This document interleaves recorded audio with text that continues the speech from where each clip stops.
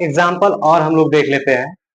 कह रहा है कि एक इंक्लाइन सरफेस है, ठीक है, एक रफ इंक्लाइन सरफेस है जिसका कोफिशिएंट ऑफ फ्रिक्शन म्यू है, ठीक है, कोफिशिएंट ऑफ फ्रिक्शन म्यू है।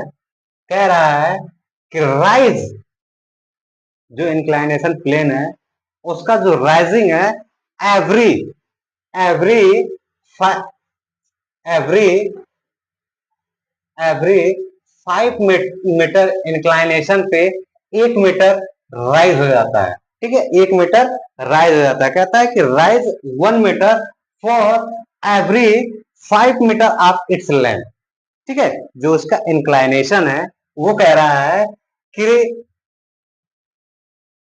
क्वेश्चन फिर से समझिए, कह रहा है कि रफ इंक्लाइनेशन प्लेन, एक रफ इंक्लाइनेशन प्लेन है जिसका कोफिशिएंट ऑफ फ्रिक्शन म्यू है, ठीक है, rise rise every 5 metre its length. यानी कहने का मतलब कि ये हमारा हॉरिजॉन्टल प्लेन है और इंक्लाइनेशन प्लेन हमारा ये है और ये राइज पॉइंट है, ठीक है। कह रहा है कि एवरी 5 मीटर लेंथ पे 1 मीटर ये राइज कर रहा है। क्लियर, ये बात को यहां से समझिएगा। यानी ये हमारा 1 हो गया, ये हमारा 5 मीटर हो गया। क्लियर। अगेन कह रहा है फिर कि कैलकुलेट द एफर्ट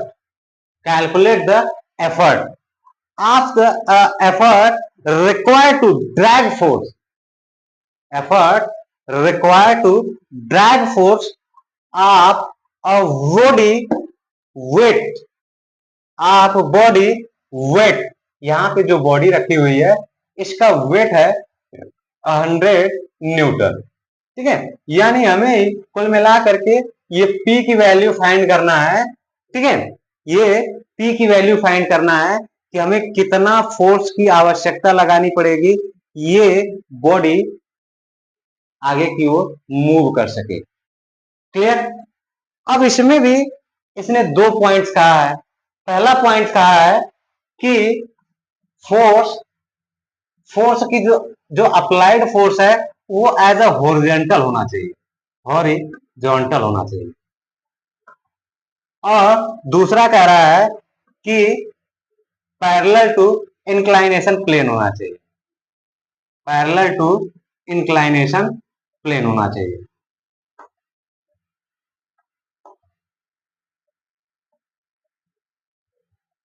ठीक है, बात को फिर से समझिएगा। एक रफ इंक्लाइन प्लेन है, ठीक है, जिसका कोफिशिएंट ऑफ फ्रिक्शन म्यू है। क्लियर। हर कह रहा है कि राइज फॉर एवरी 5 मीटर पे ये राइज कर रहा है, यानी हमें थीटा की वैल्यू या अल्फा की वैल्यू नहीं दिया हुआ, इंक्लाइनेशन एंगल नहीं दिया हुआ है, ठीक है। और कह रहा है कि डिटरमाइन द एफर्ट रिक्वायर्ड, कितना हम एफर्ट हमें रिक्वायर्ड होगा weight of 100 newton of body of weight 100 newton to drag, इसको खींचने के लिए, ठीक है। तो इसमें पहली कंडीशन है कि when the effort is applied horizontally, ये जो एफर्ट है ये अप्लाइड हो रहा है कहां, हॉरिजॉन्टली हो रहा है।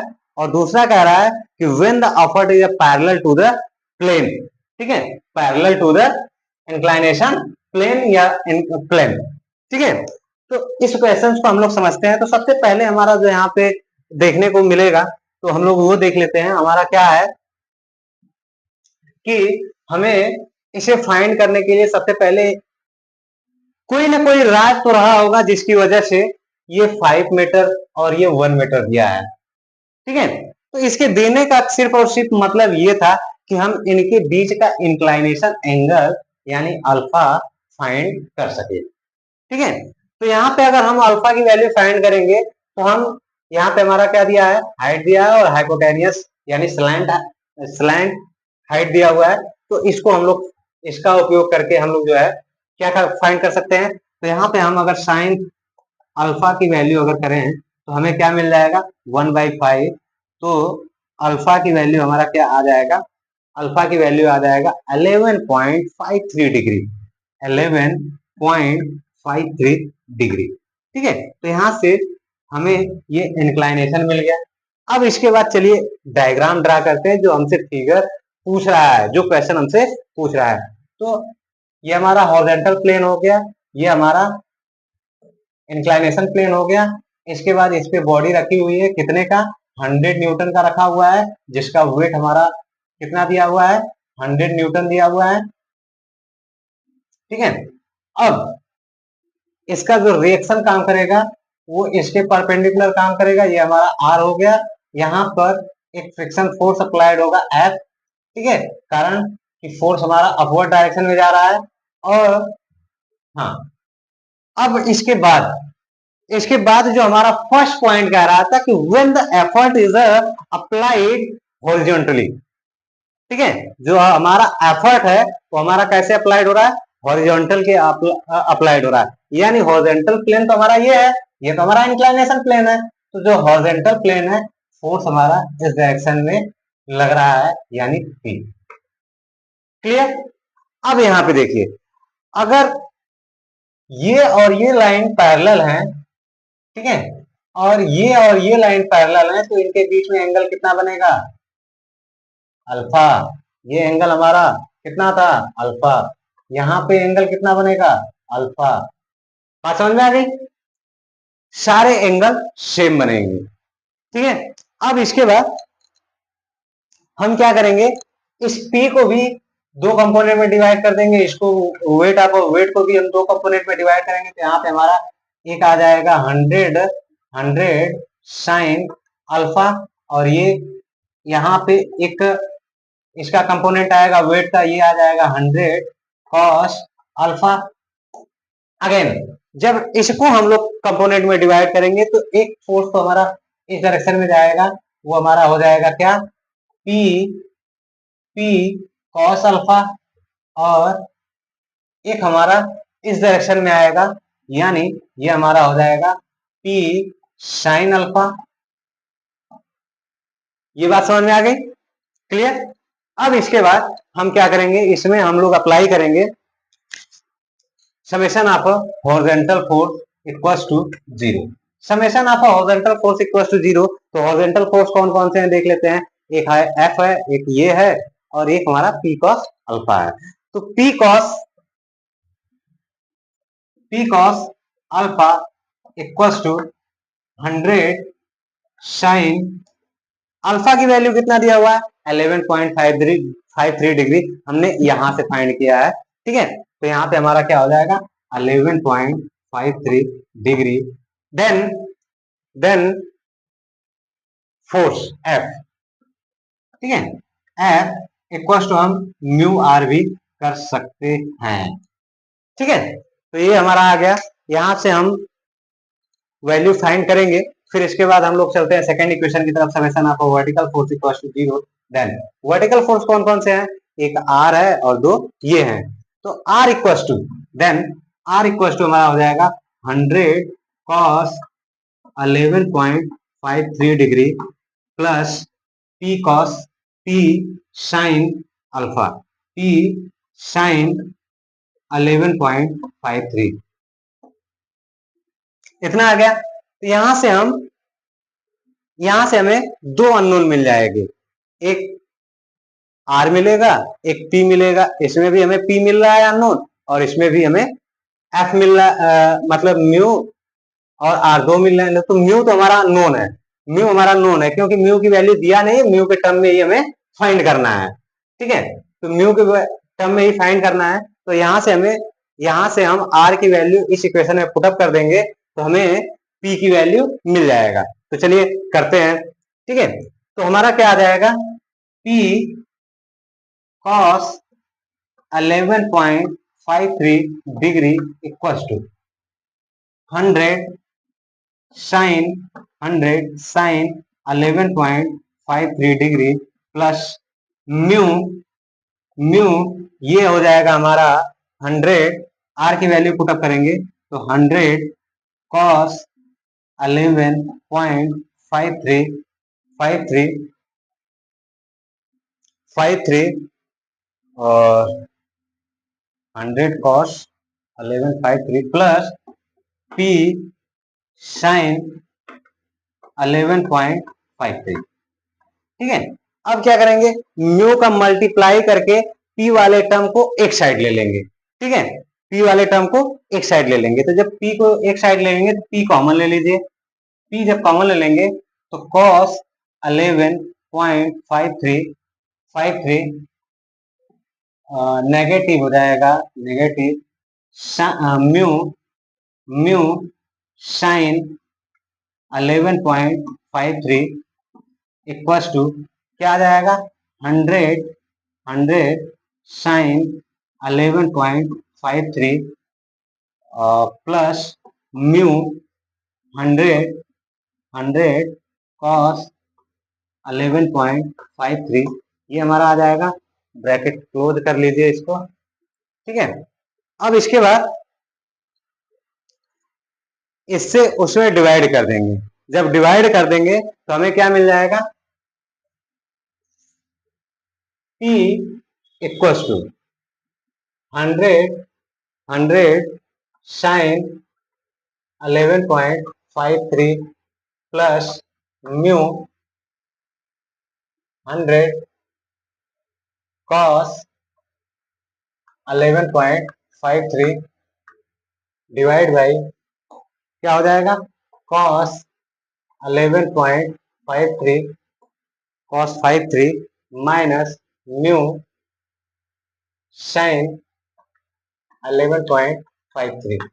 ठीक है, बाकी P इक्वल्स टू, आप चाहें तो इतना भी आंसर रख सकते हैं, कोई दिक्कत नहीं है, क्योंकि ये म्यू के टर्म में ही क्वेश्चन पुटअप किया है, क्योंकि म्यू की वैल्यू दिया नहीं, कोएफिशिएंट ऑफ फ्रिक्शन की वैल्यू नहीं दिया है। अगर कुछ करना चाहते हैं तो बस इस टर्म को और इस टर्म को, इस टर्म को, इस टर्म को क्या करें, सॉल्व करके म्यू के टर्म में ही रख लीजिए। तो अगर इस टर्म में अगर म्यू की वैल्यू अगर सॉल्व करके रखा जाए तो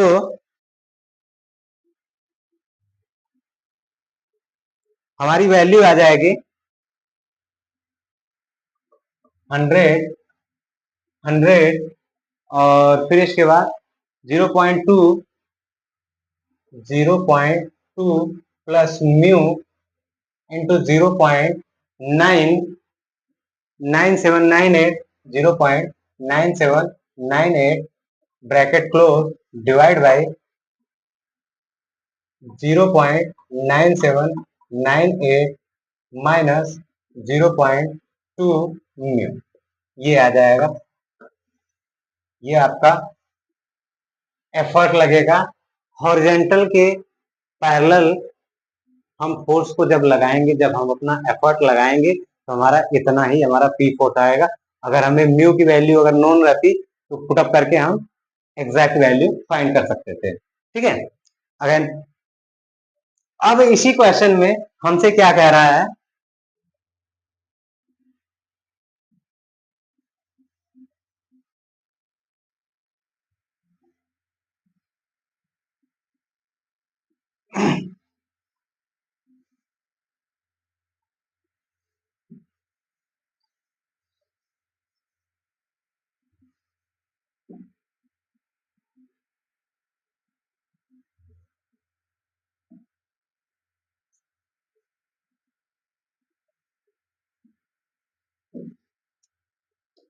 अब इसी क्वेश्चन में हमसे कह रहा है कि ये जो फोर्स है यहां पर न अप्लाई करके,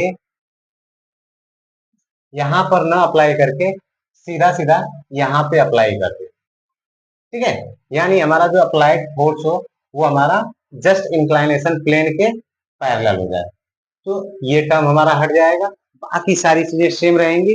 इसके अकॉर्डिंग हम लोग सॉल्व कर लेते हैं। तो यहाँ पे जब सॉल्व करेंगे तो summation of horizontal force equal to 0, then horizontal force क्या क्या है, P equal to F plus 100 sine 11.53।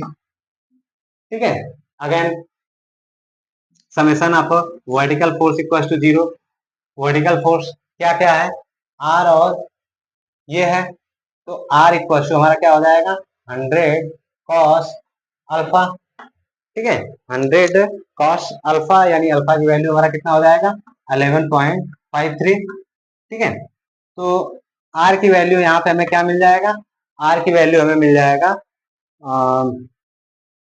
97.98 Newton मिल जाएगा। ठीक है, आर की वैल्यू। अब इस आर की वैल्यू उठा करके इस इक्वेशन में पुटअप कर देंगे तो हमें पी की वैल्यू मिल जाएगा कितना। ठीक है, तो पी इक्वल्स टू 100 इतने की वैल्यू कितना आ जाएगा, multiply 0.2 multiply 0.2 plus mu into 97.98 equals to, ये हमारा आ जाएगा 50 प्लस 97.98 म्यू, ये हमारा आ जाएगा पी की वैल्यू जब इंक्लाइनेशन प्लेन के पैरेलल चल रहा होगा तब। ठीक है,